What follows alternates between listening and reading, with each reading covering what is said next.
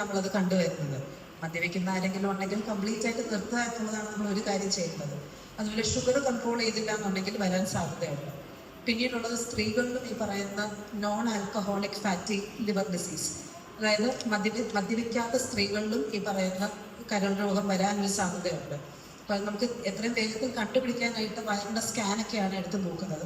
അമിതമായിട്ടുള്ള ക്ഷീണം, ഛർദില്, മഞ്ഞ വെള്ളം ഛർദ്ദിച്ചു പോകുന്നത്, ഇതൊക്കെയാണ് പൊതുവെ അതിൻ്റെ ഒരു രോഗലക്ഷണങ്ങൾ എന്ന് പറയുന്നത്. മെയിനായിട്ട് നമുക്ക് പറയാനുള്ളത് മദ്യപാനവും അതുപോലെ തന്നെ പുകവലിക്കുന്നവർക്കും ഒക്കെ വരാനൊരു സാധ്യത. ഷുഗർ കൺട്രോൾ ചെയ്തില്ല എന്നുണ്ടെങ്കിലും ഈ പറയുന്ന കരൾ വീക്കത്തിനൊരു സാധ്യത. വേറെ എന്തെങ്കിലും സംശയം? ഫാറ്റി ലിവർ എങ്ങനെ അറിയാൻ പറ്റും? ബിഗിനിങ് സ്റ്റേജിൽ അറിയാനുള്ള സാധ്യത ഭയങ്കര കുറവാണ്. കാരണം നമുക്കൊരു അസുഖം വരുന്നതിന് മുന്നേ ഈ ലിവർ മാക്സിമം, ഈ കരളിനുള്ള ഓർഗൻ മാക്സിമം അതിനെ പ്രിവെന്റ് ചെയ്യാനായിട്ട് പല രീതിയിൽ അതിനെ നോക്കും. പക്ഷെ എങ്കിലും കൊഴുപ്പ് ഒരുപാട് കഴിക്കുന്നവർക്കൊക്കെ വരാനൊരു സാധ്യതയുണ്ട്. കൊഴുപ്പ് കഴിക്കാത്ത ഇപ്പം സ്ത്രീകൾക്ക് തന്നെ, പ്രത്യേകിച്ച് പെൺകുട്ടികൾക്ക് ഒക്കെ ഈ PCOD എന്നുള്ള അസുഖമുള്ളവർക്കൊക്കെ ഈ പറയുന്ന ഫാറ്റി ലിവറൊക്കെ വരാനൊരു സാധ്യതയുണ്ട്. മാക്സിമം വരാതിരിക്കാൻ ഇപ്പം പെൺകുട്ടികളുടെ കാര്യങ്ങളാണെങ്കിൽ എക്സസൈസ് ചെയ്യുക, നമുക്ക് മാക്സിമം PCOD വരാതിരിക്കാനുള്ള കാര്യങ്ങൾ നോക്കുക എന്നുള്ളതൊക്കെ നമുക്ക് ചെയ്യാൻ പറ്റുള്ളൂ. പൊതുവെ കണ്ടുപിടിക്കുന്നത് സ്റ്റേജ് 2-ലും സ്റ്റേജ് 3-ലും ഒക്കെയാണ് പൊതുവെ കണ്ടുപിടിക്കുക. പിന്നെ മദ്യപാനം ഇത് പറഞ്ഞ പോലെ ഇതിനകത്ത് ഒരു ഫാക്ടറാണ്.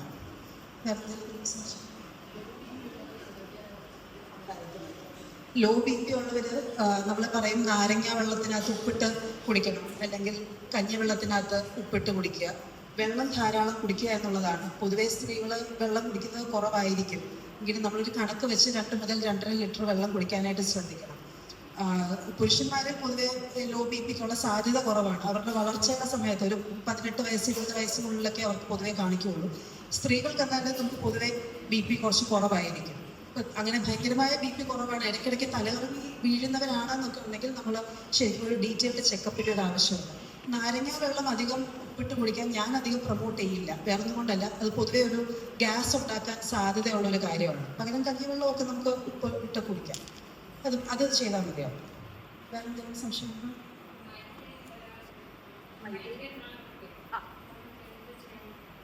മൈഗ്രെയിൻ അതികഠിനമായിട്ടുള്ള തലവേദനയാണല്ലോ ഈ മൈഗ്രെയിൻ എന്ന് പറയുന്നത്.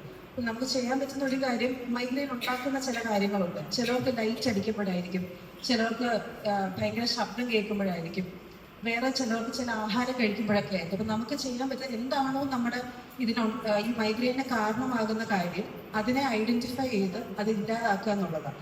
ഇപ്പം എൻ്റെ അമ്മയ്ക്ക് ഈ പറയുന്ന മൈഗ്രെയിൻ ഉണ്ട്. അമ്മയ്ക്ക് ഒരുപാട് ശബ്ദം കേട്ട് കഴിയുമ്പോഴാണ് ബുദ്ധിമുട്ടുണ്ടാകുന്നത്. ഒരുപാട് ശബ്ദം കേൾക്കുന്ന സമയത്ത് അമ്മയൊക്കെ ഇറങ്ങിയൊക്കെ പോകും.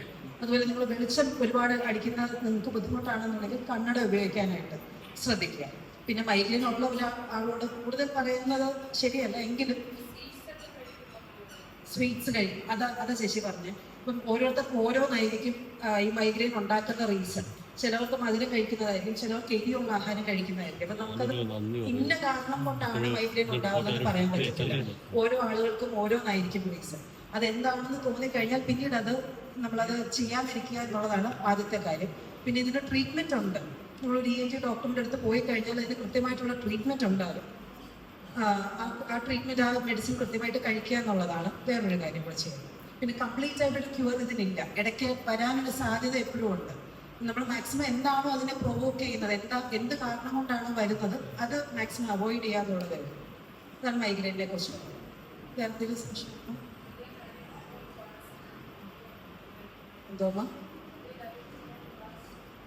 ചെറിയ കാര്യത്തിന് പോലും പാരസെറ്റമോൾ കഴിക്കുന്നതിനോട് ഞാൻ യോജിക്കാറില്ല. അത് അനാവശ്യമായിട്ട്